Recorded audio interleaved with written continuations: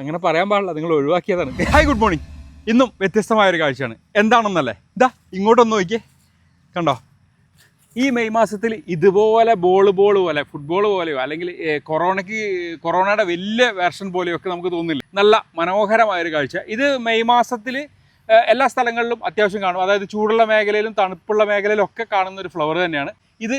ഇവിടെ എങ്ങനെയാണ് ഇത്രയും ഭംഗിയായിട്ട് ഒരുപാട് ദൂരം, ഇപ്പോൾ നമുക്ക് അങ്ങേയറ്റം മുതൽ നോക്കി കഴിഞ്ഞാൽ ഇതിൻ്റെ പുറകിലോട്ടൊക്കെ ഏറ്റവും കൂടി നിൽക്കുന്നത് ഇവിടെയാണെങ്കിലും 2-3 ഭാഗത്തേക്ക് ഇതിങ്ങനെ വ്യാപിച്ച് ഇങ്ങനെ കിടക്കുകയാണ്.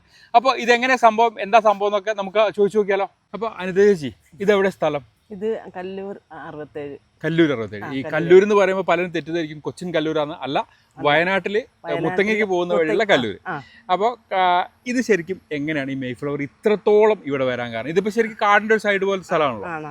ഇത് എങ്ങനെയാണ് ഇവിടെ ആദ്യമായിട്ട് വന്നത്? ഞങ്ങള് ഇത് ഒരു സ്ഥലത്ത് നിന്ന് കൊണ്ട് നട്ടതാണ്. മുറ്റത്ത് ചെടിക്ക് വേണ്ടി കൊണ്ട് നട്ടതാണ്. നട്ടിട്ട് പിന്നെ ഇതിനെ ഒഴിവാക്കി. അതായത് എന്തുകൊണ്ടാണ് ഒഴിവാക്കാൻ കാരണം? ഒരുപാട് പടർന്നു പിടിച്ചപ്പോ ഇതിങ്ങനെ വർഷത്തിലൊരു കവർ ചെയ്യുള്ളൂ എന്നുള്ള പ്രശ്നം കൊണ്ട് അങ്ങനെ ഒഴിവാക്കി. അപ്പൊ ചെടിക്ക് വാശി പിടിച്ചു. അപ്പൊ ചെടി ഇപ്പോ എന്താ പറയാ, ഇത് പക്ഷെ അത് ഇതുകൊണ്ട് ശല്യമോ കാര്യങ്ങളൊന്നും ഇല്ല കേട്ടോ. അങ്ങനെ അതുകൊണ്ട് ഒഴിവാക്കിയാന്നൊന്നും ചിന്തിക്കണ്ട. ശരിക്കും ഈ ഒരു മെയ് മാസം ഈ ഒരു മാസത്തിന് എത്ര ദിവസം നിൽക്കും ഫ്ലവർ? ഇതിപ്പോ ഒരാഴ്ച നിൽക്കും. ഒഴിവാക്കിയതിനെ എങ്ങനെ സംരക്ഷിച്ച് നിർത്തണം എന്ന് ഇപ്പൊ മനസ്സിലായില്ലേ? ശരിക്കും നമ്മൾ നട്ടു വെച്ചാൽ ചിലപ്പോൾ ഈ ഇത്ര ഭംഗിയിൽ ഉണ്ടായിക്കോണമെന്നില്ല. അതാണ് അതിന്റെ സത്യാവസ്ഥ. ഇതിപ്പോ അവരുടെ സ്വതമായ ശൈലിയിൽ അങ്ങ് ഉണ്ടാക്കുക. ആരും വളം ചെയ്യുന്നില്ല, ഫെർട്ടിലൈസർ ഇല്ല, ഒന്നുമില്ല, കാട് പോലും പറിക്കുന്നില്ല എന്നുള്ളതാണ്. പക്ഷെ അത് അതിൻ്റെതായ ഭംഗിയിൽ നിലനിൽക്കുന്നത്. ഇതിപ്പോൾ നമ്മൾ ഇങ്ങനത്തെ ചെടികളൊക്കെ കാണിച്ചു തരാനുള്ള റീസൺ എന്ന് പറയുന്നത്, എനിക്ക് ഈ ഒരു സമയത്തൊക്കെ ഇപ്പം തോന്നുന്നില്ലേ, ശരിക്കും ഇത് ഓരോന്ന് പറിച്ചു കൊണ്ടുപോയിട്ട് അടുത്ത കൊല്ലം വീണ്ടും ചുറ്റിലും ഒരു വരിയായിട്ട് അങ്ങ് നട്ടു കഴിഞ്ഞാൽ നല്ല ഭംഗിയാവും.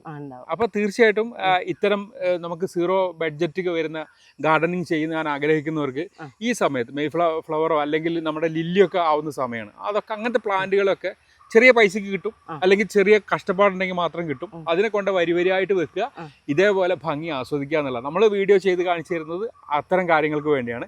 എന്തായാലും ഒരു കാര്യം മനസ്സിലായി, ഇപ്പൊ ഇനി ഒന്നിനെയും ഒഴിവാക്കാൻ പാടില്ല മനസ്സിലായില്ല. ഇത് ശരിക്കും ഭംഗിയാണ്, നല്ല ഭംഗി. വേനൽക്കാലം ആകുമ്പോ ഇത് മൊത്തം പോവും. പിന്നെ പോയിട്ട് പിന്നെ മഴക്കാലം തണ്ട് മൊത്തം മാഞ്ഞു. ലില്ലി പോലെ തന്നെ, ലില്ലിയുടെ ഒരു വിഭാഗത്തിൽ പെട്ടത് തന്നെയാണ്. നല്ല ഭംഗിയുള്ള പൂവാണ്. മെയ് മാസത്തില്, സത്യം മെയ് മാസത്തിലേ ഇത് വിരിയുള്ളൂ. അങ്ങനെ പറയാൻ പാടില്ല, നിങ്ങൾ ഒഴിവാക്കിയതാണ്. എന്തായാലും രസമുള്ളൊരു കാഴ്ച. അപ്പോൾ ഇതിന് എന്തെല്ലാം വ്യത്യസ്തമായ പേരുകൾ ഉണ്ടെന്ന് അറിയോ? അറിയില്ല. ഇപ്പൊ മെയ് ഫ്ലവർ എന്നാണ് നമ്മുടെ ഭാഗത്ത്. അപ്പം വ്യത്യസ്തമായ ഏതൊക്കെയോ പേരുകൾ അറിയപ്പെടുന്നുണ്ട്. തീർച്ചയായിട്ടും അത്തരം പേരുകൾ അറിയുന്ന നമ്മുടെ ഫാമിലിയിൽ ആരെങ്കിലും ഉണ്ടെങ്കിൽ തീർച്ചയായും കമന്റിലൂടെ അറിയിക്കുക. അപ്പോൾ എല്ലാവർക്കും നല്ലൊരു ദിവസം ആശംസിക്കുന്നു. Bye from green heaven.